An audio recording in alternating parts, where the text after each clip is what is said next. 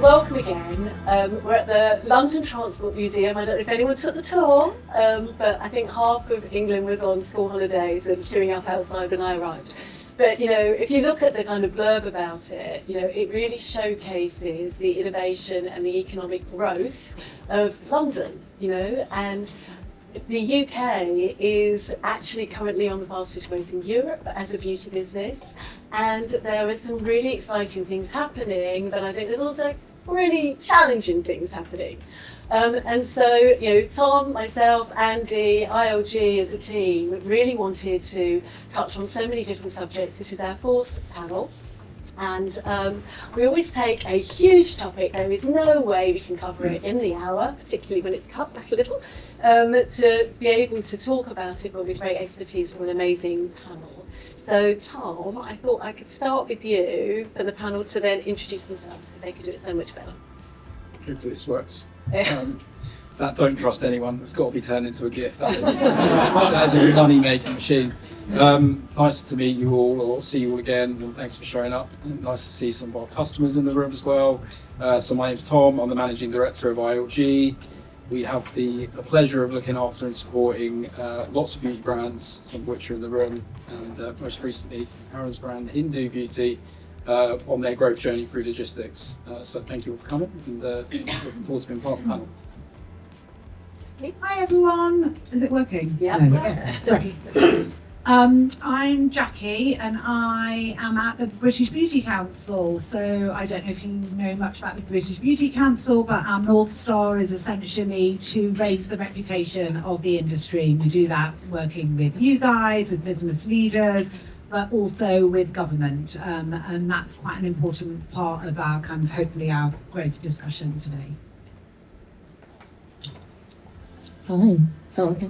Yeah. Hi everyone. Good evening. Excited to spend a few hours with you all. Thank you for having me. My name is Serena Mansour. I'm an expert in influencer marketing and digital beauty culture. I'm a content creator and public speaker, and currently serving as president of Beauty and Wellness at Kyra, which is an AI-powered influencer marketing agency, and we help beauty brands navigate, get through working in the influence marketing space, sort of as hassle-free and taking as much of the guesswork out as possible. I'm excited to share a stage with you all. Hi everybody, my name's Helen. I work for Colour Wow for the last 5 months, so quite new to the hair care category. But I've been in the beauty industry for nearly 30 years. Starting life in Estee Lauder companies where Noelle and I first met. So started work on the shop floor with Clinique on D.H. Evans and Oxford Street as it was at the time, and left 18 years later as managing director for MAC Cosmetics. Post then, I've done startup brands, I've done different corporations, I've worked for private equity companies, so I've got quite a broad base of experience across the industry. Thank you. And I love that video. Yes, I love it. Thank you. Hello everybody, I'm Claire. I'm an early stage investor in beauty, personal care, wellness and food. So yeah, we have a global remit. I'm a partner at Era Ventures and invest in everything from seed and prebiotics, which are one of the leading businesses there, all the way through to things in makeup, in skincare that I haven't announced yet, but will come soon. And yeah, so our brands generate anywhere from 0 probably to 10 million of revenue when we go in, and we help take them on that journey, hopefully through to 100 million and beyond. So yeah, that's me. I'm Aaron. I founded the beauty retailer Feel Unique in 2005. Which was a multi-brand online retailer, primarily online. We had a bunch of stores, obviously, at one point. We sold that business to LVMH Sephora in 2021, and then my retirement ended very abruptly because my children had an idea to start a teenage skincare brand, which we did. And we launched a brand called Indu in October 23, and just last year we launched it exclusively with Sephora. Amazing. There's, the experience that is.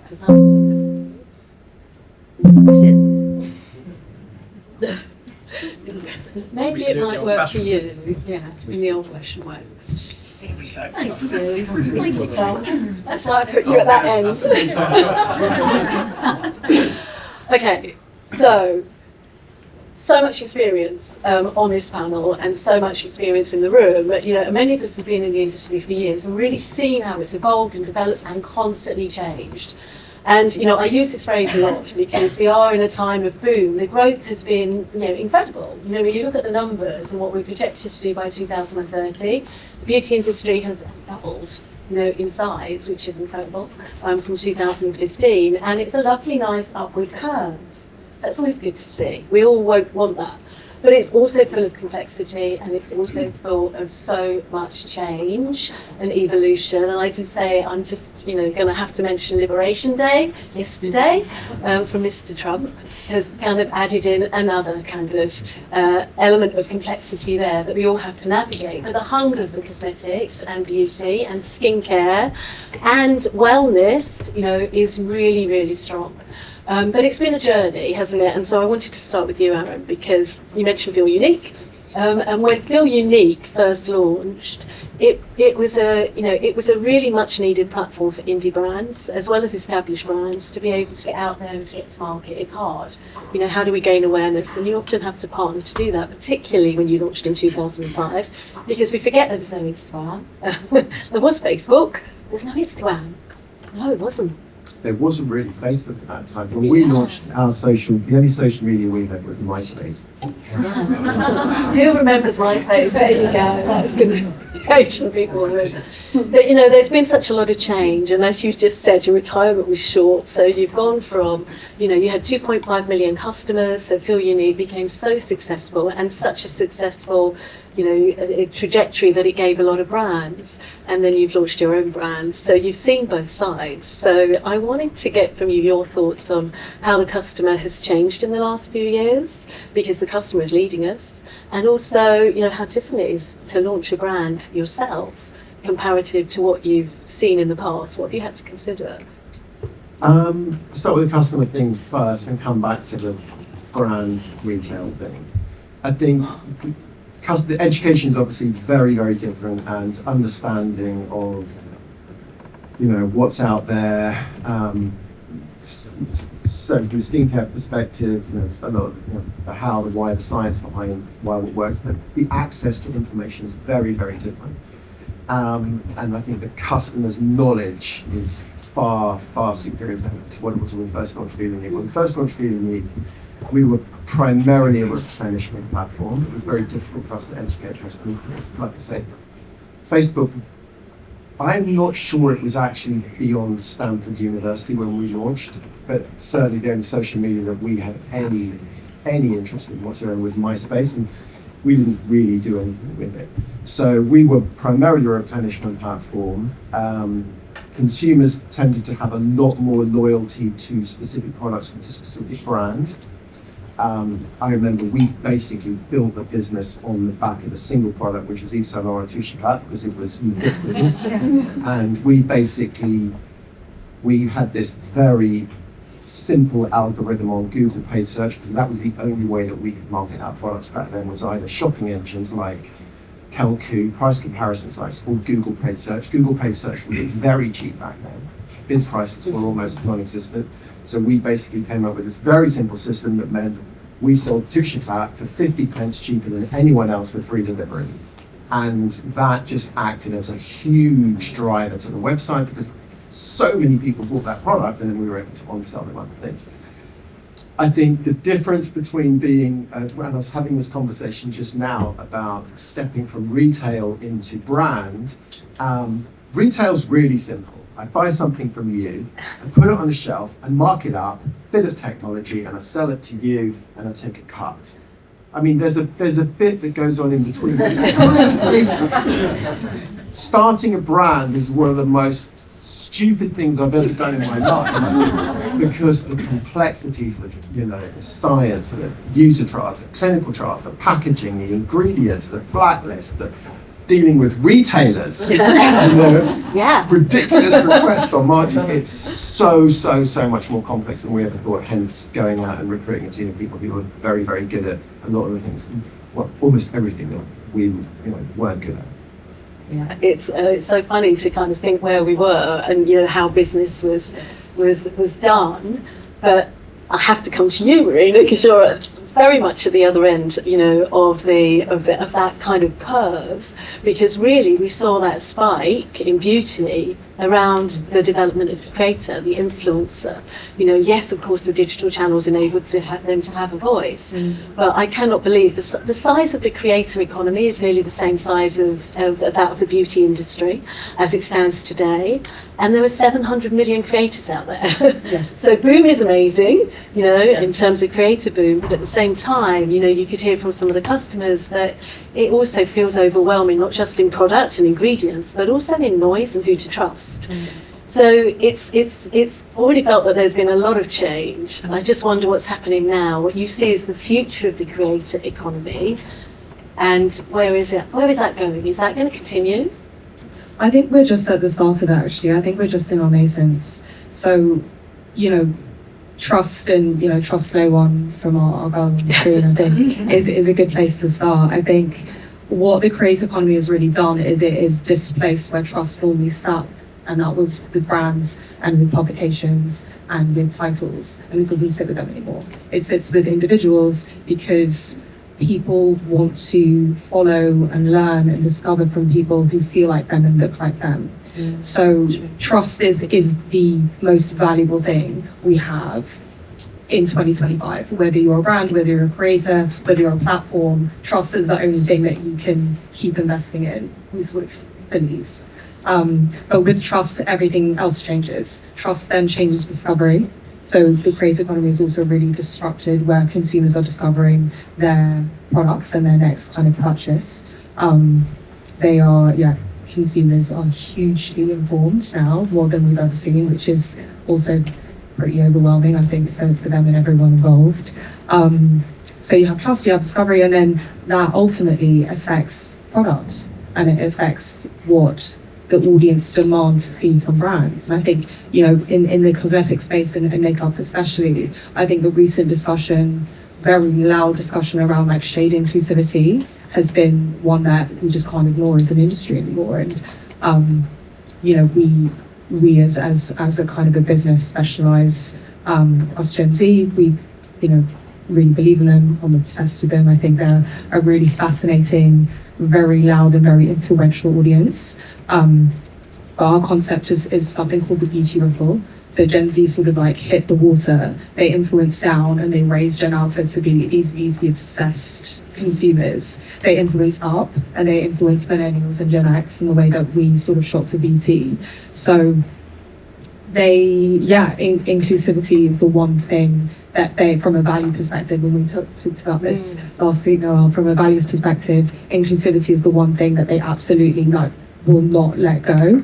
Less so sustainability, funnily enough, but inclusivity was their one. So I think, the creator economy has disrupted everything. That's rippled right through the industry from what we've been seeing.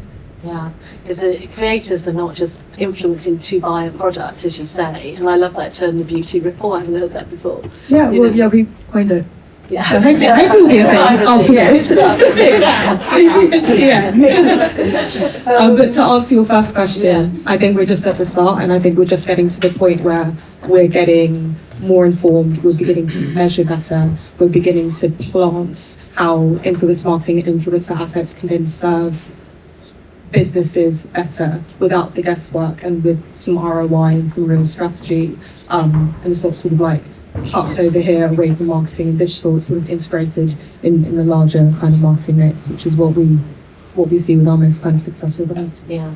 So, that journey of discovery has changed so much, and yet you think about Gen Z as the digital natives, but so many of them, and I find this fascinating, you think about the principles of sustainability, and so many of them go, I should care about it. But you're right, diversity massive. But they still love to shop in a physical store, and 72% of sales still take place in a physical space. And that's why I wanted very much to come to you, Helen, because, you know, your experience, you know, both of us started on the shop floor, both of us started in retail, talking to a customer. You can have that flowing conversation, it makes such a difference. But that customer journey is so fragmented today. And brands have got that challenge, haven't they? How do they give the customer the seamless journey from discovery through creators and social, friends and family, all kinds of ways, to actually having a seamless experience through to their point of purchase, however they're purchasing? I don't think it's ever been more difficult. Yeah. And you can sort of coin the whole concept of that with, you know, the omni-channel journey. And my gosh, we've been hearing about the omni-channel journey forever and a day, it seems. But actually, in preparation for this, I went online and I said, you know, when did omni-channel start? When did it become a thing? And it was only 2010. So it was only 2010 where brands were starting to think, okay, my messaging in store has got to overlay with my messaging on mobile platforms, because that's when that really became a big thing.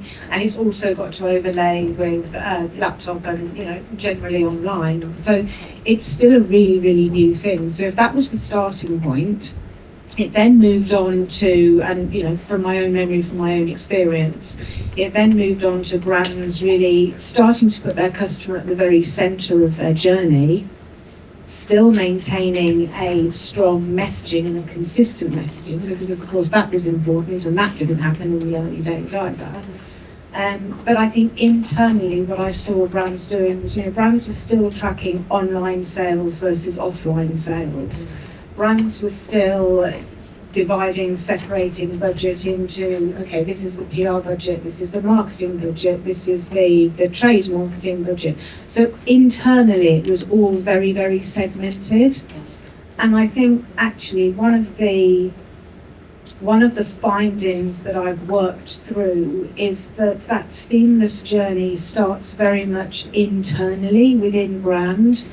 And we need to stop working in our own individual silos. So truly put the customer at the centre, decide what it is your message is, make sure that it's consistent across platforms. But your customer does not care where they end up making that final purchase. So for us to be tracking our sales online versus offline makes little sense. The customer does not care whether you've invested X amount of £1,000 in influencers or X amount of pounds in billboards on the street. The journey that the customer takes is unique to the individual customer. No two people's journeys are the same. So we need to break out of our silos. And I think that's one of my biggest findings, I think, in recent years. Yeah. I think a lot of it's really interesting at the start of an indie brand or in a startup where you can't have a silo because you're all wearing a million hats. I'm sure lots of you in the room have probably done that, and they're doing that as well. And actually you're very connected. It's as it grows, it's how do you stay connected quite often, isn't it? It's a challenge. Yeah. It's a real challenge. Yeah. But I love you saying you put the customer at the heart of the brand as well, because that just has to happen. They are driving everything. It has to be the single filter that you put absolutely everything through. Yeah. And you know, there are so many brands launching. So Claire, we're going to you on that one.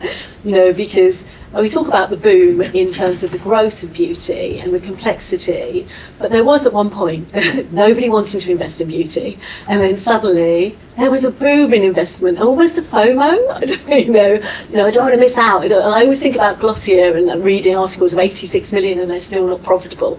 I don't think that will happen today. And I wanted to get your take on where we are at on that investment journey. And does a brand always need to raise investment? What should they do? At what point? It can make or break you, can't it? At what point should they raise and how? Yeah, I mean, I think we're, again, probably at the start of a relatively big inflection point in terms of how people think about investment, how founders evaluate it, how funders evaluate it. And I think the single kind of North Star that I see pop up quite a lot, which is alignment of vision, right? I guess this is a long journey for investors, it's a long journey for founders. And ultimately, if you start off with a misalignment at the beginning, then it's very, very hard to rectify that going forward. And that can be many things, right? It can be how you want to expand your range, what your distribution should be, what markets you should go into. All of those are very important decisions that any investor, would want to be part of. And so, yes, we come to a reality where, it has never been easier to start brands. There are a lot of brands in the world, but equally, investors are, I think, very aware of their own skill sets, their own expectations, and I think the good ones want to partner with brands that are truly aligned on that side. So, and I was hearing others speak here, and all I could think in my head was, as investors, we expect everything from brands, right? From the very beginning, we kind of want it all, and it's a lot. It's a lot for founders. It's probably not the right path for a lot of people, but equally taking money from, a big bad institutional fund like us, there's many, many other ways to scale your business. I think the most exciting part for me, where we sit now, is that access to capital in very different forms is now coming through. So whether that be, the evolution of funding Shopify sales through effectively loans, all of that piece, angel funding, the landscape is evolving, and ultimately that presents a lot of opportunity for brands, for innovators. And again, we're still at the start of it, but I think it's, a great inflection point on the curve. So it's really a time of change that's been kind of driven by that journey, and where we're at today with the number of brands launching. But the number of brands launching in the UK is something, when I started my career, there were no British brands. When Joe Malone first started and we worked with Joe, I was like, fantastic, there's a British brand, I can be in the head office, global head office. It was a very different, scenario versus today. And I mentioned earlier, Jackie, I wanted to come to you, that the UK growth was ahead, which is so exciting. Why do you think the UK growth is ahead of the growth overall in the UA? Why are we the fastest? What's special about us? What's our strength? Yeah, I think before I get to answer that, I'll kind of reference a couple of pieces of data, and I think this is really interesting as we continue this discussion. So the British Beauty Council commissioned a report called the Value of Beauty Report. I don't know if many of you have read it, and it actually looked at the industry in entirety, from distribution to retail to every part of the high street, and it valued our industry at £27.3 billion in terms of GDP contribution, of which I think 7.3 billion of that went to the Treasury for taxes. And it also showed that we employed 600,000 people, predominantly women, and with a real kind of entrepreneurial background. So I think, it's quite important to, have that as a reference point. But the data that you were talking about is the latest Acana data, which is brilliant. It's showing that we're outpacing the European top five. And actually, when we dug into that, it is the categories, as you'll expect, like skincare, which is outpacing. So we're growing it. This was premium, by the way, sorry, I should caveat that. We're outpacing, we're growing at 10%, we're also growing units, and in some of those European countries, they're either just about breaking even or in decline. And actually, the biggest difference was the growth in bricks and mortar and in retail. And actually both of those combined working together, and actually a lot of those other European counterparts, a smaller proportion of their business is online. So for us in the UK, it was about 45%, for some countries it's like 15%. So the fact that we've built up, thanks to Aaron and all that you've done, that's actually helped the industry today be a lot more robust versus some of those other markets. And that's really helping and driving the pace that we're in right now. Yeah. It is interesting to see that mix of digital in the UK. Yeah. It's also made distribution even more complex, in so many ways. Yeah. And that's why I wanted to come to you, Tom, at last. Sorry to leave you to the end. But at the same time, we talk about, the way that we've kind of formed our partnership here is because, strategic vision is great, but it can just so fall down, if the execution isn't right. You need that operational excellence as well. And Claire, you mentioned, getting things right at the start, and I'm such a believer in that. You can race ahead, but there's gaps that are going to make you pay later. So what's your advice, Tom, from an operational perspective that the brands need to do, and they need to flex today, and there's a lot happening, whether that is the fear of tariffs, regulatory, how do I See how go? long it was going to know, take for the word Trump or tariffs to come up. We should have had a bingo Tariffs game. liberation. Yeah, I'd ask you that. well, probably can't stand up here and talk about distribution and not talk about what's happened in the last 24 hours, which is, obviously pretty monumental. But I think that business is pretty resilient, and I think having gone through Brexit, what's chance to keep out there, Brexit, COVID, wars, all these things, actually business is pretty resilient, and they just need to know what's happening. It's the ambiguity, I think, that kills business. So actually, whilst Trump's announcement isn't amazing news for anyone, at least people know what it is now, and they can start to make plans for their business. So I think just a couple of practical bits for advice on that front is, I'm not sure it's done yet. Don't have a secret kind of mystic ball in terms of what's coming, but if you look at what Trump's announced in terms of China and de minimis values and things like that, that really could have a material impact on global trade, and particularly on direct-to-consumer businesses. And a lot of our brands are shipping to the US today from the UK and really sweating the assets that they've got, because ultimately, if you go to the US, and I'm sure we'll talk about that later, that adds additional complexity, cost, etc. So actually sweating the assets that you've got is often the best approach. But if that de minimis value gets eroded for China and potentially for other countries across the globe, that will be a material shift. So that's something to look out for. I think the other thing that's often overlooked is when we talk about products is it's actually the country of manufacture, not the country of origin. So whilst brands exist in the UK, a lot of beauty products are made in Europe. So we're all sitting here kind of saying, oh, the UK's got off lightly, we must be in the good books. But for a lot of our brands, they're manufacturing in Italy, Germany, Switzerland. So that's where the rates apply. So just a couple of practical bits of advice to talk about the US. And then I think, scalability, a bit of storytelling. And Noelle, remember this one from her early days at Charlotte Tilbury, but we've worked with Charlotte Tilbury since inception, since we were sat around at the room, probably the size of this stage, talking about this brand called Eiselstahl Holdings, which didn't even have a face and a name to it at the time. And it was down this lovely little street. I completely forgot the name of it now, but you were using as the cafe over the street, and they're free Wi-Fi. My car, which is a two-seater, was a meeting room. That's how packed it was. So this is back in 2013, 2014. But the point of this story is that we started with Charlotte Tilbury then, and we started with a piece of paper that said we're going to do a few B2B orders a month, and we're going to do 100 e-commerce orders. And I still laugh about it with their old operations director, who's not in the business anymore, and say, James, were you serious about those volumes at the time? He was like, I just made it up. I had no idea what we were going to do. But there is a point to this story. But everyone knows obviously what's happened with Charlotte Tilbury and what that brand's gone on to become for us. It's a fantastic story, and one that we, as you can imagine, roll out all the time. And they now employ through us, literally hundreds of people across the UK and Europe to manage their distribution. But it didn't start like that, but we are where we are now. And I think there's a real piece here about partnerships and making sure that you're asking the right questions at the outset, so that the people that you're working with on that journey can take you on that journey. Because, certainly in the logistics space, what we sell is a considered purchase. It's not something you can try before you buy. You can't see how it feels. You have to take your comfort from brands that we work with, from trust, as you talked about.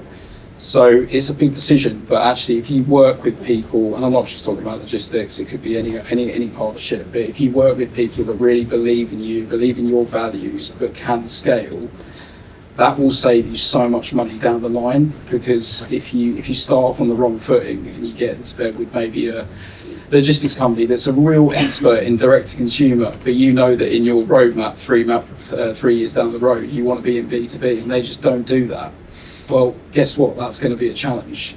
So I think asking the right questions up front, having those conversations, being informed, will stand you in really good stead for the long run, and ultimately you'll get more out of that relationship. Yeah. I think there's that word partnership. It's take you into the team.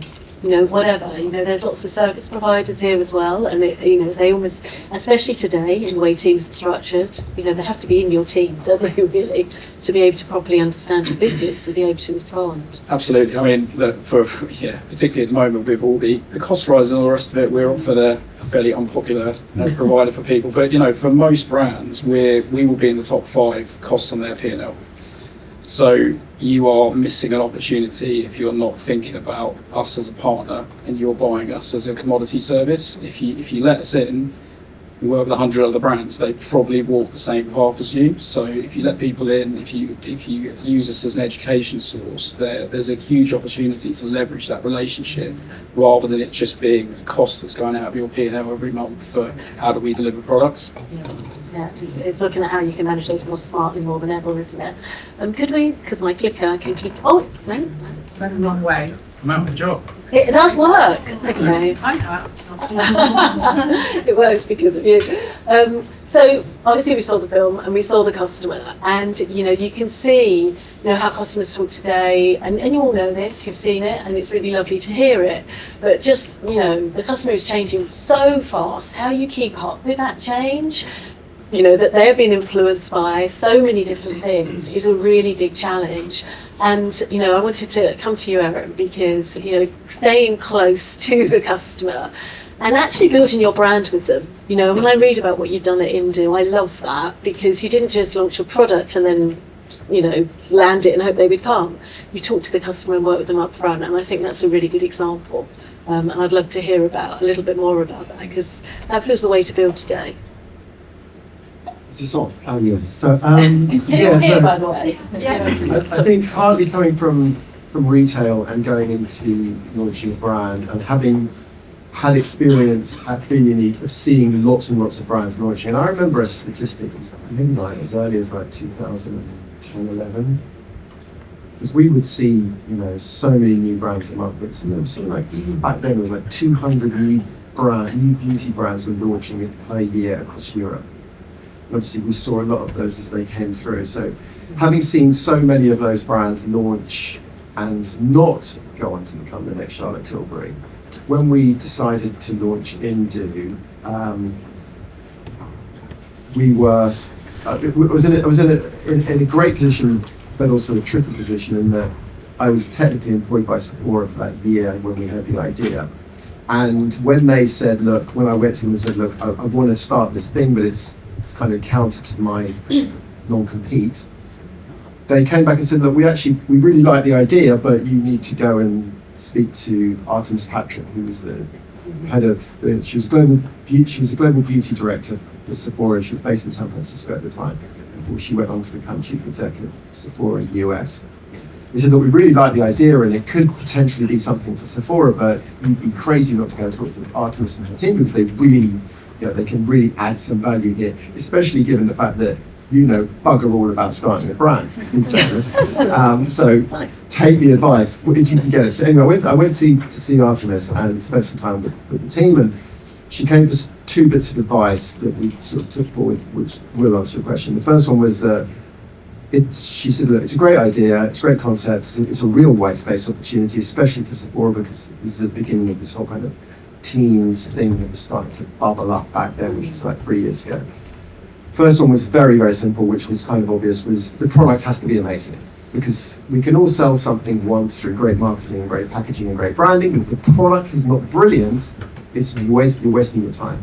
And so the second thing, which is your biggest challenge, and I don't know how you're going to address it, I don't have advice for you, but given your audience, if this thing's not authentic, it's going to die, because teens will smell it a mile away. And if it doesn't feel authentic, it's dead in the water. So we went away and we kind of talked about how best can we genuinely make this thing authentic. And obviously I've got 2 teenage, they were pretty much teenagers by that point. 2 teenage daughters, and you think, we can talk to them, we can talk to their friends, and it was well, that's the start of it. But what we decided to do is we commissioned sort of 3-month piece of research work with a specialist agency that talks to kids and teenagers. 1,000 teenagers in the US, 1,000 in the UK, And we basically quizzed them in great detail about everything that they liked, not just about beauty, but about what music they listened to, what fashion brands they bought, what colours, what textures, what smells. You know, it was just this really, really detailed piece of work. And then from that, as we were doing that work, we pulled out about 30 of the most engaged, because you had this sort of online platform that we were using. And from that, we formed a committee of 30 teenagers, which also included some of our investors' kids. Obviously, my own children were part of that. And that committee is now, it's about 150 strong. But every single commercial decision, every single product decision that we've taken since that moment, whether it is testing, whether it's sampling, whether it's, do you like this smell? Whether do you think this tone of voice works? Whether should we use the word slave? Should we use this? This whole bunch of stuff. Everything. We didn't. My kids were very good. But you know what? As adults, we think we know our audience. You know, and very often, and we have the most unbelievable team of advisors. And very often, we would be sitting there thinking, we know, and a great example of the brand identity that we worked with our agency with at the very beginning. We had four different styles that we were working to. Two of them were like, they were never going to work. Two of them were strong, and one of them we felt as industry experts. And we had some like really great people on the advisory board, not talking about necessarily ourselves, but we're like, this is the one. And then we go out to our committee, which at this point is probably like 60, 70 strong, and go, right, from these four, which do you think? And it was overwhelmingly not the one that we thought would resonate best with the teenagers. So to your point, and to the advice we've been given from Artemis, the only way we can create genuine authenticity is by really, really getting very, very close to our audience. But not just at the point of inception, at the point of creation, or ideation, the point, every single moment where it may have an impact on that audience, that it gets run through that committee, and that, you know, and again, you know, and because they feel engaged, and I think there's somebody up there saying we want to feel part of the brand, we want to feel like we're giving input. Now, we can't give that to every customer, but if we can make our consumers understand that people like them, people that have that connection to the brand, that involvement, that access, that influence within the brand, if we can make that come across, which I think we're getting better and better at, it starts to answer some of that question about making the community, the wider community, feel more and more part of what we're doing. I think it's fascinating, and I really love to hear that care and consideration that was put into that, you know, and because we use the word community a lot, don't we? And we use it quite loosely. And you know, we all want community, not just a customer.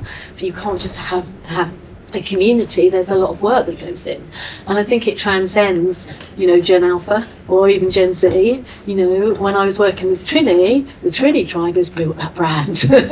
You know, the Gen Xers and the Boomers, you know, were just so passionate about not just the product, but the values and the connections, you know, and the subjects that they could talk about freely, that just gave more and more power and rocket fuel to the brand. And that's the magic, isn't it? That really is.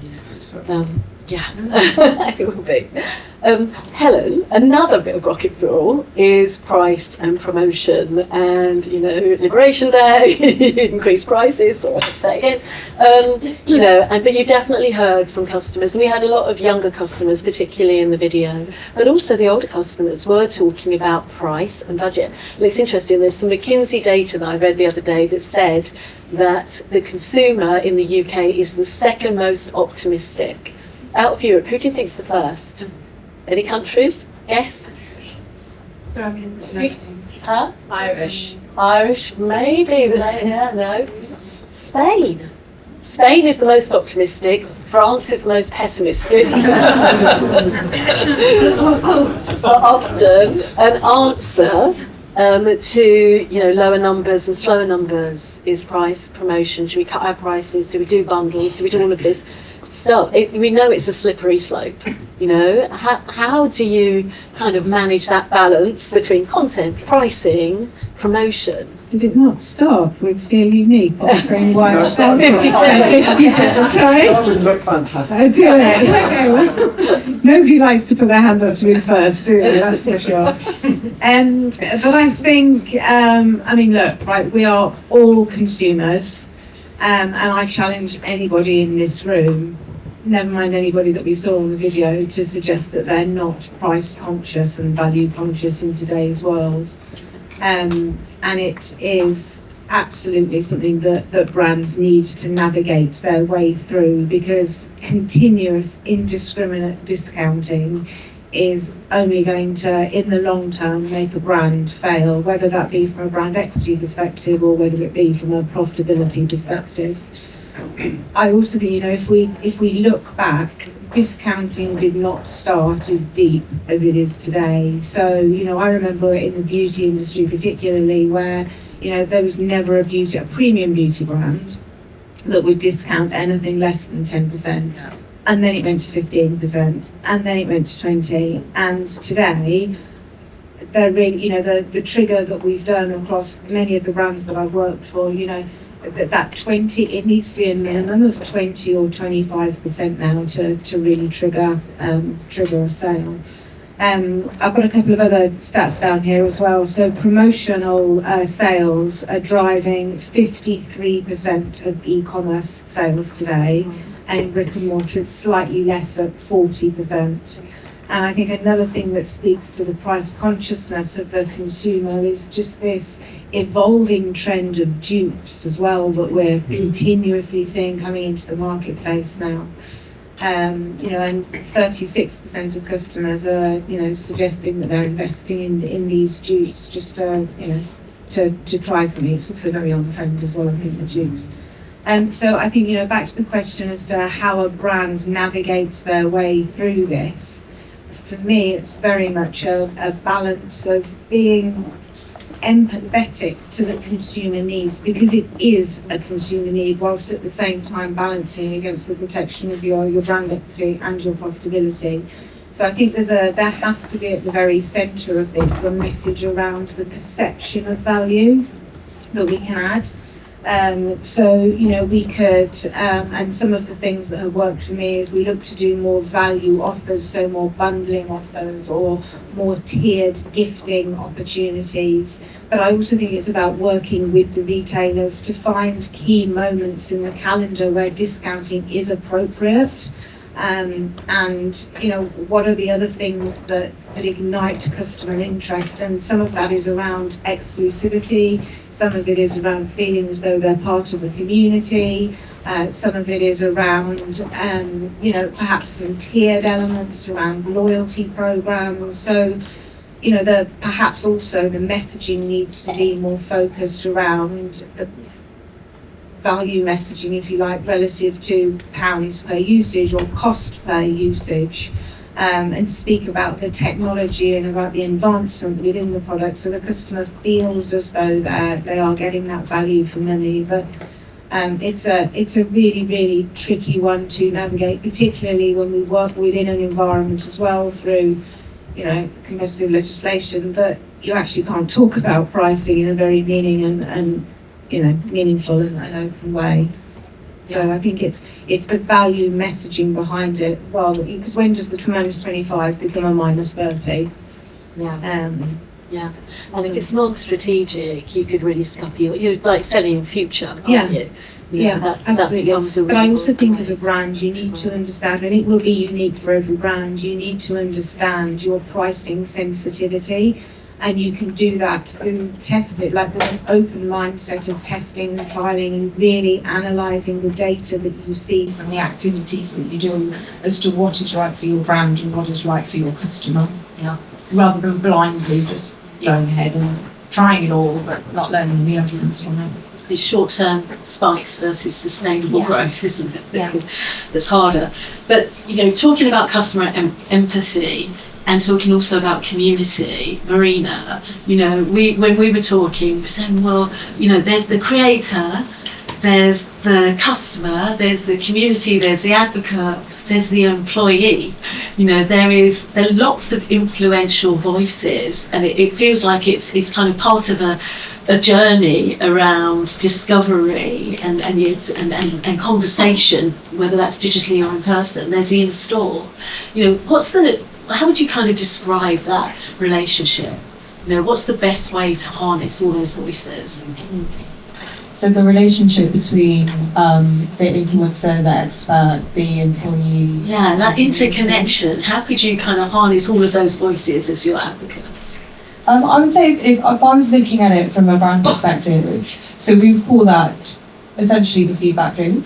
So what's really valuable about that, and if one day I'm at a brand and I'm at the very top, I would live in the comments of my social media platforms, because anything you want to know about your brand, your audience is already telling you in the comments. Like, it's right there, black and white. So I think that can't be underestimated. But I think what's really interesting about the relationship between, creators, and what's a creator be an influencer, and what's an influencer be an expert with a platform. I think at this point, you talk about creators as people who offer some value to their community, be it entertainment, be it education, be it expertise, whatever it is.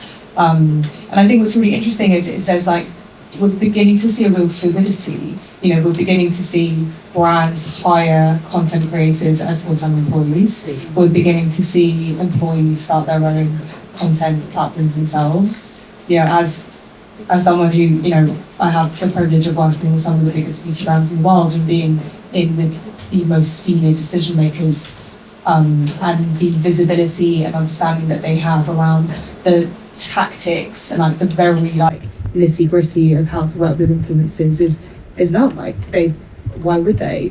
But being able to kind of have a sort of a very strategic, almost trend forecasting eye over here, with them being a content creator myself and understanding that the creators would never do that, or they hate feedback, or they don't want a 13-page brief, and they don't care about what you think your brand voice is. They want to translate your brand into their voice because their audience trusts them. Those are all kind of interesting intricacies that I think we're really starting to see mature in the space, and I think that's really where kind of success is. And Helen, I love what you were saying about your siloed teams. I think where it gets quite tricky is the value of really strong influencer assets. If we plug it into our funnel and we think about it, whether it's driving brand awareness or consideration or conversion, we firstly now don't know what asset is driving what. What you think is awareness might actually be really great at driving conversion at the bottom of the funnel. But what we get into quite a lot of sort of things with is we'll work on a really incredible influence campaign, and then our client lead will be marketing, want to use that on Meta for 60 days over here to do this, and we just would have built a different asset if we needed to do a different job. So I think teams working more closely together will drive efficiencies. It means you spend less money. It means you're not paying crazy usage fees to creators after something blows up on social and is really successful and you want to plug it into a different platform. So the relationship is definitely growing more and more fluid. But I think for brands and founders and people in those teams with vision, I think there was so much opportunity for cut through. I love what you say about just live in your comments. Live in your comments. And the other, another side of that is get to speak to your customers as well.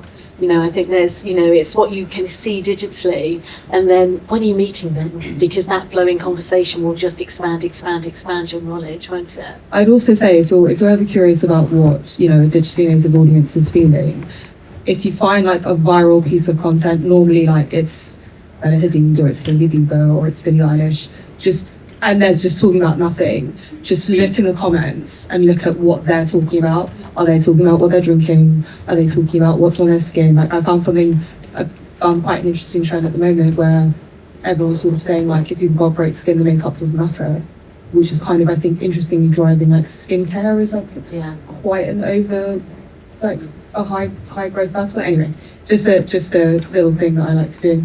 To analyse other people's content as well. Yeah, with the kids thing. Talking about content, and we talked earlier about saturation, I just wanted to have a look at that with this next quote, navigating saturation. It's Sorry if we can the work.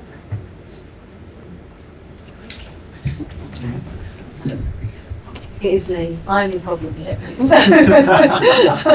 So navigating saturation. This is the doom quote. We've got the boom and the complexity, but there's a bit of doom here. 58% of brands fail in the first 5 years. I'm sure that number is probably even higher. You don't really hear about all of them.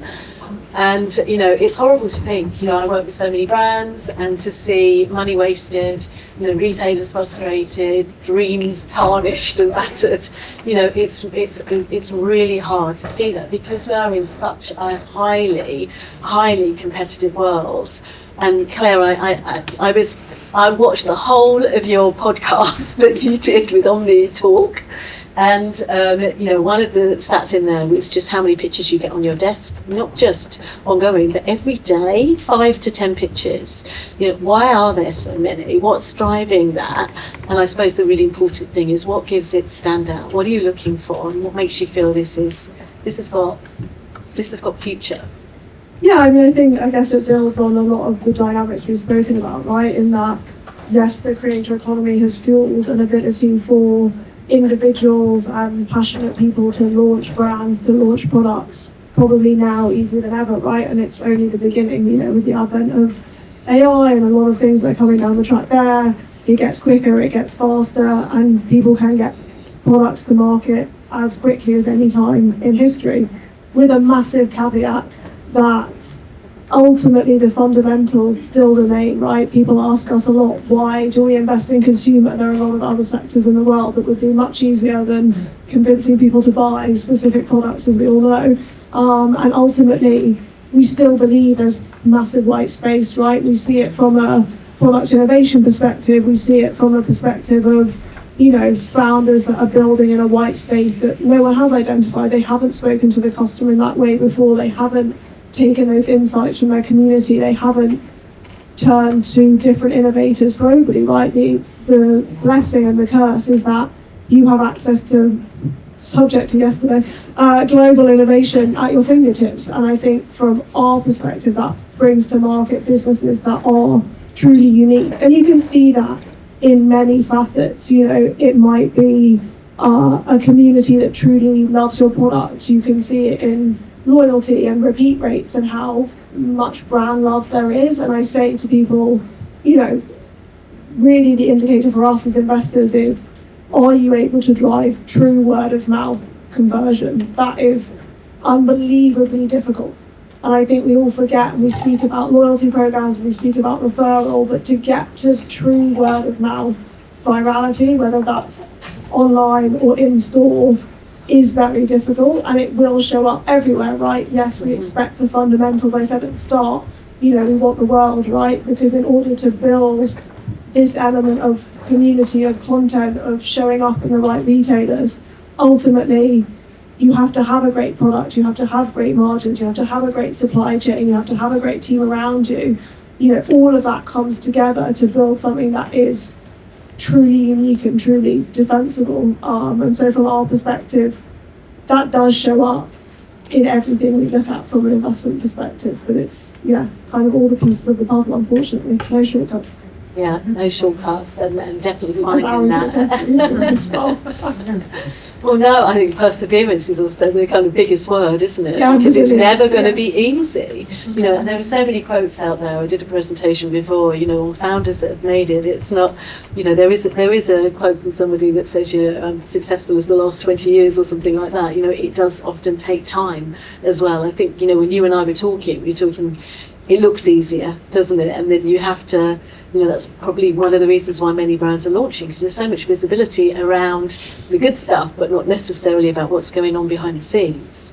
I think it's much more glamorous on the pages of interviews rather than the reality, right? Any founder can attest that, it's one of the hardest journeys you'll ever go through. And I think for us, we see kind of single-minded focus for the founders that are successful. It is their dream, it's their life's work, maybe all one or two, but equally you have to be so passionate about what you're doing. You have to sell yourself, the story, everything, day in, day out, probably for the next decade of your life. And I think for us, that comes through in passion and excitement in everything we see in our companies. Yeah, and that's catching, isn't it? You know, that's catching. But talking about saturation, Jackie, I wanted to come to you. Sorry, I'm jumping here, but you know, because saturation means volume. You know, it means that highest growth. And you know, as you mentioned at the start, the British Beauty Council has been, you know, a real kind of champion of the beauty industry. Do you think we're getting there? Do you think we're getting the recognition that the industry deserves? And how is that coming through? How can we look to government for support and you know the benefits of that recognition? Yeah, I think that's a really good question. I would say, I mean, rewind 5 years ago, 6 years ago, and you know, we were the industry that was that kind of fluffy industry in the corner. We were the poor relation to fashion. We never had a voice at the table, and suddenly when you go to government now, you know, we have 15 people dedicated to looking after the beauty industry, and because they like to back industries that are growing. So we are getting there. We at least have a seat at the table. We at least have a voice, and we have an ability to hopefully influence. Now, saying all of that, it doesn't mean we get our own way. We're an industry from the budget that will, I think, will cost us around 500 million. And you know, we're anticipating there's going to be, you know, quite a lot of job losses as a result of the budget. So we haven't, you know, we're definitely not there yet, but we do have a voice at the table. They do want to hear from us. They recognise that we are a growing industry, that we've got a huge amount of entrepreneurship, we employ enormous amount of women, we've got great social mobility, and so we tick a lot of boxes. And so that's really, really important. So I would say yes and no. They've definitely recognised us as an industry now. They understand the importance. They understand the importance of us broadly, in the fact that almost we're like, some of the hairdressers are like first responders. And they do recognise that, the value that we give from a kind of mental health perspective, as well as obviously how we make people feel. So we're having those conversations. So it is improving. It's absolutely not, you know, we haven't got all the answers, and we've got a lot more work to do. And I guess that's hopefully the role that we're playing, to try and represent all of you and the amazing work that you're doing with the regular meetings. And when I say regular, I mean we're having meetings like literally every day around the challenges that we're all having, whether that's business rates, whether that's apprentices levies, whatever that might be, we're having those conversations. Manufacturing in the UK, we're trying to encourage brands to do that and try and get some benefit for doing that. So lots of different areas that we're trying to work on. Yeah, that was something I was going to ask you, because manufacturing, you know, that's really a conversation that's changed so much in the last 5 years, really, in terms of being able to go and work with you know, really great manufacturers in the UK. Quite often we get asked, actually quite often, you know, who are your members of manufacturing in the UK, and what are they doing? Is that changing? So we're trying to pull data together around that area. So it's definitely an area of interest. Which is great to hear. And you know, when we talk about the UK, and we were talking earlier about the mix of digital business, if we can click, there we go, that's great. Because we are such an I hate to say omnichannel, you know, we are such a mixed business. You know, and actually distribution is one of the most complex things. You know, I started in physical retail. I started in Harrods and was on the shop floor with customers, and it was wonderful. You know, and became a real retail bricks and mortar expert. And then everyone became digital experts, and I thought, God, I've got to up the game now. I've got to understand the digital world. And now actually, so many brands start as D2C. You know, they can own that journey, they can own their social channels and conversation, but actually developing distribution seems to be a skill that actually is maybe a little less familiar today than it was, and it feels hard. You know, particularly when you see the stats about, you know, the number of customers enjoying a physical experience, 42% versus 15% digital. It becomes that kind of fractured journey, and actually everything has its place, doesn't it? And Tom, you know, coming back to you, because You know, we had this conversation typically, you know, about profit versus push. You know, I love this alliteration and profit, and I know, yeah, sorry. But Claire, obviously profitability, you know, is something that investors are looking at so much more than just top line, it's about bottom line. You know, and we've always thought, you know, if we're going to grow, we have to grow markets. You know, we have to grow channels, but we have to grow markets. And an automatic landing spot, you know, as a like market, a huge market, and a like language, we understand that consumer, was obviously in the US. It's been an automatic. You know, let's get it right here and expand to the US. And it's risky, it's tricky. I spent a lot of time on the plane with Charlotte too, making that happen. It's really tiring and it's really tricky because you might know your customer in New York, but you're not going to know your customer in Dallas comparatively. It's really tricky.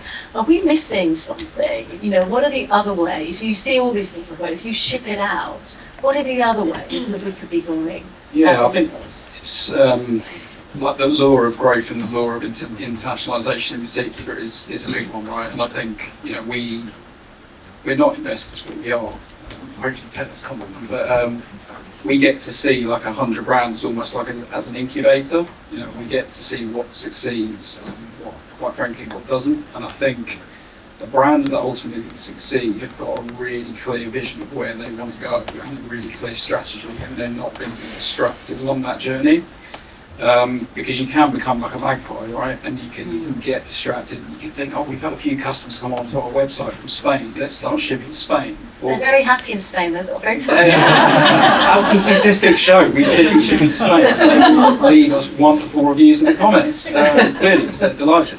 But I think, yeah, having a really clear strategy and just making sure that you're not going to deviate away from that, and understanding the true cost. Like, you know, the US is topical, particularly with everything that's going on. But I spoke to a brand like a couple of months ago, and they were just asking for some advice, and they said, we need a warehouse in the US. And I was like, okay, right, let's talk about that, let's unpack it. And actually, what they were really looking to do was just expand into the US without really thinking about, okay, what does this actually mean, what's this going to cost? Because opening another warehouse in the US adds complexity. You've got to start thinking about 2 stock pools, you've potentially got to start putting teams on the ground, pay for their medical insurance. You know, these things add up to lots of money. And actually where that brand was coming from was they were saying, well, it's going to cost us, you know, let's call it £20 to ship from the UK, but actually it might cost you $15 to ship in the US. But then you've got all these other costs that go with it. And actually there is lower cost ways to enter markets and deliver that growth and actually, you know, do it on a more kind of try before you buy basis. And you'll testify to this, going to the US, it's a massive market to go and crack. So you can't just do like a little campaign and hope that suddenly you're going to build this huge market that doesn't, quite frankly, know anything about your brand. So I think it's just managing your growth, being sensible about it, having that really clear vision, and not deviating too far away from that. Listen to your customers, of course. We've spoken a lot about that. That don't read laws and really understand the true cost of doing business before you kind of just push the button and go, we want to be in America. Or we want to be in Sephora, we want to be in Ulta. Yeah. It's like a kind of magic. You and I talked about this other example, yeah. I won't name the brand, but it's one of our customers. And they were in a retailer in the UK, and they were going around and they were doing a bit of a kind of a store visit. And they were like, why is none of our products actually on the shelf? You know, we've got stock, you know, this brand's showing that we've got stock in this particular retailer. And they spoke to the staff in the store and they said, well, the problem is when we pull the drawer out, when we look down at your products, there's no labels to say which product is which on the top, they're all just white. And that was like the single reason for stopping them getting the products out onto the shelf faster. So guess what? The next time they did a manufacturing run, they fixed that, they put the label on, go into the shop. So there is... Go into store and speak to real people. Yeah, exactly. And we find the same thing in our business, right? You know, we've got 500 staff, you know, that are working in a warehouse every single day. The best ideas come from the people doing the job.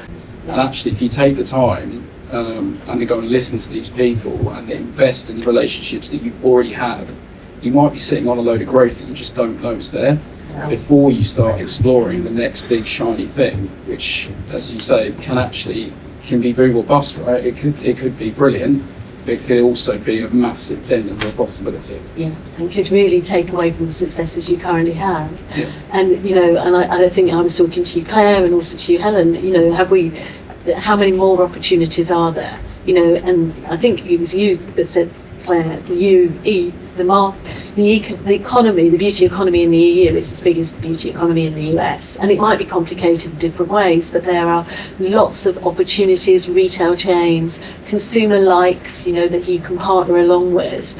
But even in the UK, and Helen, I was coming to you with this, there is investment in retail. You know, Space and Care opening in Oxford Circus, in the IKEA, alongside that old Topshop space. You know, there is M&S putting new strategies in, Boots Ignite, Sephora is obviously landing and doing great things in some of the major cities. You know, I wanted to ask you, you know, you've done it so many times across different brands. How do brands plan their retail bricks and mortar strategy? What should they really think about? You know, what's the path? So I think it's first of all understanding what you want to achieve from an additional rollout into brick and mortar.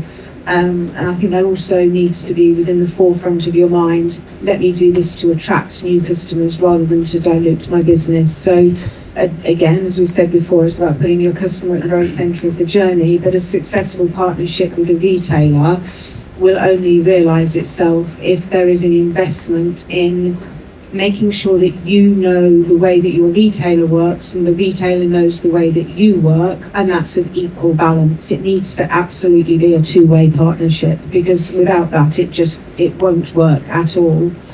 I think also in deciding the distribution strategy, it's about also understanding the cost implications of it, because launching your brand online might be expensive, and certainly more expensive than today than it used to be. We've already touched on that a little bit anyway, but rolling out into brick and mortar stores, you need to be very clear on what your model is, because you've got store design costs, you've got staffing costs, you've got the challenges of training your staff, you've got the even greater challenge of staff turnover and just having to start over and over and over again. You've got your visual merchandising costs. You've got a real question over your brand equity, because nobody will look after your brand in the same way in store that you will look after it. And there's a staffing investment in that as well. So there are different models that you can work with, but ultimately the success will come from navigating your way through your own P&L and understanding the size of the prize and the investment that you need to put into realising that. Yeah. It's number one, it's not a one size fits all, and my gosh, I've learnt that through Colour Wow. So the distribution model that we've got with Colour Wow as a hair care brand is polar opposite to anything that I've worked with before on premium cosmetic brands. So it isn't a one size fits all, and you really, you have to be clear as to what you want to achieve and why you're doing it. But I more recently, a fascinating case study for me is the Skin and Lee business model. Yeah. So they've gone from a pure online with a very, very clear sense of purpose, a very clear point of difference within the marketplace, and they have now opted for relationships with Boots and John Lewis, and in line with that, as I understand it, and I'm not particularly close to it, but as I understand it, they've had to create an entirely new range to ensure that they have a chance of success, whilst also at the same time realising that their greatest currency is their customer data, and that's what they've built their success on. And I think you spoke about that a little bit earlier as well, is the strongest currency, and they're launching into brick and mortar where I don't think it will dilute it, because they will still have their D2C business, but as a ratio it will drastically affect it. So I think that's a very bold move and a great example of what we're talking about. We kept saying it was fashionable for a while, wasn't it? The word pivot. Yeah. And in a constantly evolving world, you have to pivot, you have to change. Yeah. And in distribution is as important as innovation in product today. Yeah. You have to understand the customer and be where they are at. Yeah. That's just so important. And if we look at, our next piece in terms of content, connection, communication, and that customer is absolutely in charge. The customer is really driving us forward, and there are so many brands doing different things. I was just looking, it was in Beauty Independence Day. I don't know if any of you had a look at that, but it talked about March Madness. That was the headline, which I think was quite interesting, as we come into April as well. But it was really about brands investing in community beyond product, community beyond kind of just connecting through product. But you talked about, Aaron, understanding more about their lifestyle, what music they like, what fashion they liked. And you've just introduced some really interesting partnerships with the Brit School and Teen Athletic. What's the right way to do that? And does it work beyond emotional connection? How does it work for the business as well? I don't know what the right way to do it is, because it's too early to tell whether it's a complete bust. But for us, both of those partnerships were driven out of the need and an awareness that we need to create awareness, we need to tap into, and I use the word loosely, kind of influencers, because I'm not necessarily referring to people who are paid content creators with an objective of influencing consumer behavior. We were looking at ways of tapping into people who were influencing our consumers in other, perhaps more authentic ways. So for us, it was when we looked at, because with all due respect to the creator economy, certainly for our audience, there is a real, very tangible degree of skepticism about somebody saying you should buy this product. And I hear from my own kids all the time. We put it in context. We did a partnership with a very well-known teen podcast influencer. Supergirl, amazing reach. We had a massive sugar spike of awareness and followers, and 2 sales. And I said to my own kids, like a week later, you followed this girl, you love her, you persuaded me to do this.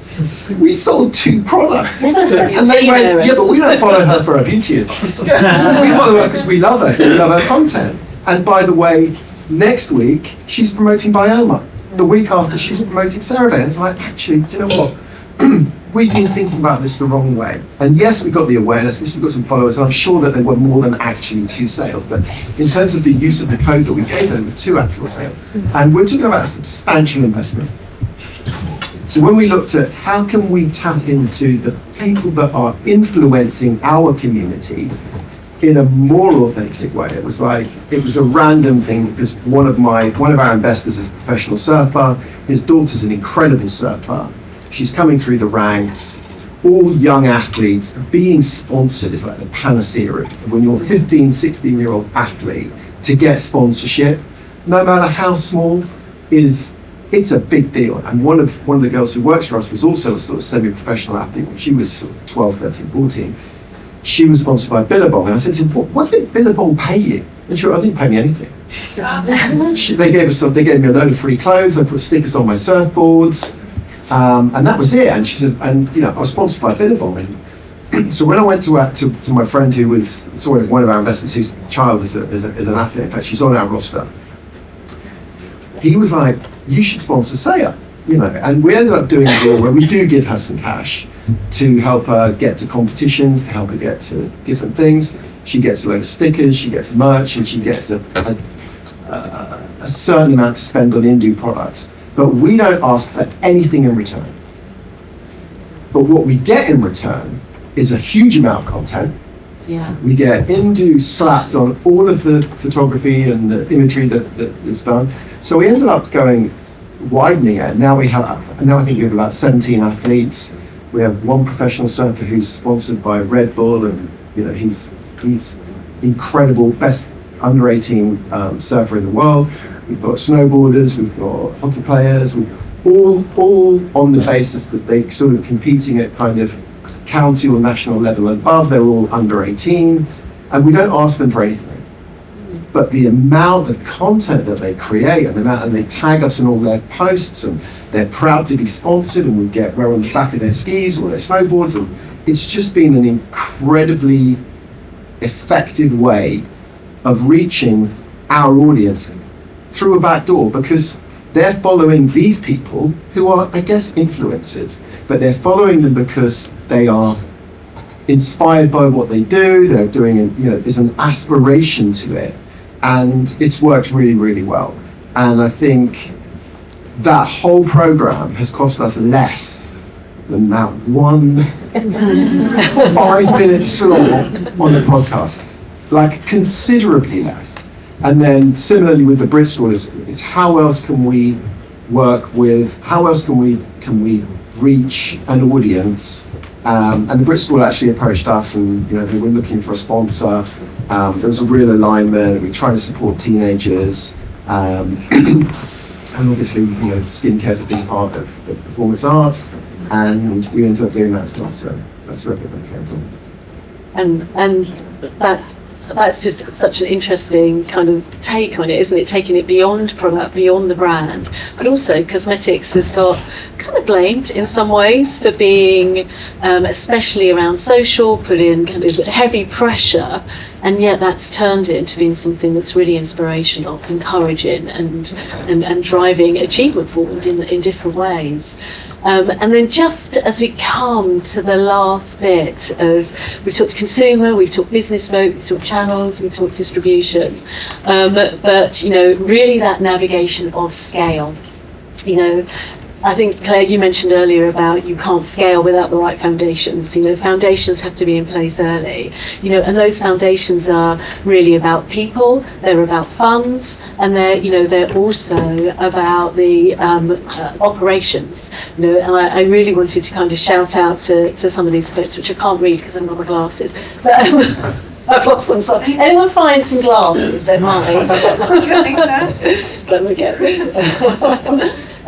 so I did want to come to you though, because I know how passionate you are on people and team, and it's right team at the right time as well. I think particularly as we consider costs and cash, and so how do we build culture and build team? If we can have a kind of quick answer to that very big question. Okay. When I started with MAP, I worked for somebody. She was from Croatia. She still works in the industry. Selma Terzic, if anybody knows her. Yay! And she came out with this random quote one day, and I thought, well, I need to just get my head around that. And she said, "The dog doesn't wag its tail by its tail; it wags its tail from its head," which is ultimately, and once I worked that through, it was basically saying that for you to build culture within your business, it needs to start with the people at the top. And if it doesn't start there, it isn't going to start anywhere. And it's been the one thing that I have held so close to me throughout my entire career, is that if I'm not the best version of me as a leader throughout the entirety of my roles, then I'm never going to create the culture that people want. Yeah. And need and equally deserve. So, I've got some fundamentals that I live and die by. So I am, at all stages authentic. I think as a brand, you need to be very clear on what your mission and your values are, and you need to make sure that the entirety of your team is aware of that. People need to have a sense of purpose. They need to know how they feed into the mission and the values of the company that they work for. They need to be recognised within the company, and at whatever cost, there has to be that sense of team that builds that. Yeah. So and feel part of the success, and own that success. Yes, but it has to start at the top. Yeah. You have to lead by example. Yeah, you have to wag the tail. Yeah, yeah, exactly. And Tom, I thought I'd put this quote in just for you. Because that kind of extraordinary opportunities, can come from ordinary operations. We think about operational, and I hate to say this, but I'm going to say it, but a bit dull, the operational part, but it's the least sexy topic, but sexy when it doesn't work, as I said before. Yeah. But in a snapshot, what should we be thinking about? I think in terms of scale, it's about. I think in terms of like the things that we're looking at, it's you know, we've got this kind of balance with our brands where it's like everyone's super focused on cost, super focused on how do we, you know, automate, how do we invest in technology, how do we remove cost. But on the other side, of that coin, we've got a load of brands that really want to hyper-personalise everything that they're doing, which, you know, at the moment requires a lot of people.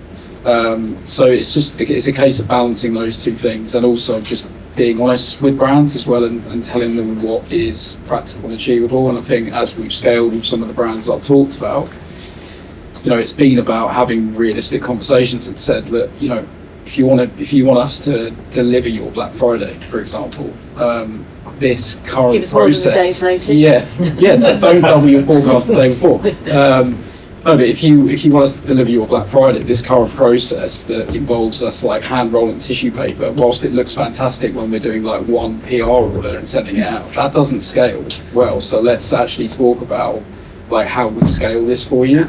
But also that has a cost, and like as a business, we only ever talk about one number, and that's profit. We're not interested in revenue. So if there's things that we can collectively do with brands to take out cost, which in our world is ultimately time, you know, it's how do we take out time that still delivers that same consumer experience. That's where the focus has got to be. And I think I'm sure with a lot of our brands, that's going to be the kind of the conversation for the next few months, which is like, ultimately, we require the same amount of resource to run your business. But let's talk about the things that we can both do that actually help us reduce cost, rather than it just being let's throw the kind of grenade over the fence and say, we've got cost challenges, you need to solve it for us. That's, you know, we talked a lot about partnership, right? And partnership starts with a really honest conversation that says, how do we work together? How do we solve our problems? Not how do you pick up our problems for us? And you know, customer is king, cash is king as well. Profit is extremely important. So I'm going to give you the closing word on that, because anyone know Tim O'Reilly? I don't know who he is, but I like the analogy. You just, money's like gasoline during a trip. You don't want to run out of gas during your trip, but you're not doing the tour of the gas stations either. And we all know how painful that can be if you're trying to raise and thinking about, you know, how you're going to fund some of the things that you want to do. So just kind of closing on that note, you know, of managing cash flow, best advice, Claire. Oh, that's a hard one. No, I think, look, it comes back to all of this, right, which is open and honest conversations with yourself, with your team, with the advisory group. You need to build around yourself to get to like a genuine perspective around what you have the ability to execute on well and how that manifests both now and going forward, right? We all know, Tom can probably attest more than anyone, right, that nothing happens immediately. So if you're going to land an amazing retail contract, if you're going to think about doing that, then ultimately all of the prep work has to come months, if not years before that, right? And I think from our perspective, you know, sometimes I think founders may forget the opportunity in front of them. It's own your market, execute really well, build that customer love, and then think about going to the US or France or Spain or wherever it might be, which all have amazing attributes and very different models to scale. But equally, if they're not aligned with you and where you want to go, then you won't get the investment for that. Whereas if you hit an inflection point, whether that be a range expansion, new hires, new retailers that people truly believe in because it's aligned, then the funding will always follow from that perspective. So for us, we're always saying, what are we funding from an inflection perspective? Why do you need capital into this business? Where's it going to take you to the next level? Whether that might be retail, it might be D2C, it might be viral growth, it might be new markets. But from our side, that is the sole reason why you should be raising capital. Ultimately, like, look, raise as least as you can, right? It's better for you, it's better for everyone. And there's a balance of the two always, but it's about thinking about where it's going to take you to. Yeah. And I think that's the difference today, isn't it? Because it used to be raise more than you need, and then you'll not have to go out again. Oh, don't do that. Don't do that. Don't do that. She won't give it to you either. So, thank you for your patience, because we have overrun, and we started a little late. So I hope you had some fabulous chats. And it's such a huge topic. It's like, what the hell were we thinking to try and cover this in an hour and a half? you know, because it is such a difficult conversation. And, you know, when we talk about these subjects, we really want to inspire, you know, click light bulb of ideas that you can kind of think about. But also, you know, inspiration is one thing, actually applying knowledge is something else, and then it's very different for everybody. So as you'll see on your programmes, which I hope the lovely actor Colin gave out to you, you know, we actually are going to take this subject into a workshop. So, you know, you can scan on the back of your programme, and it'll be a day, it's a ticketed workshop where we can really kind of carve this out and help build better beauty business. That's the closing note. So a huge thank you to the panel.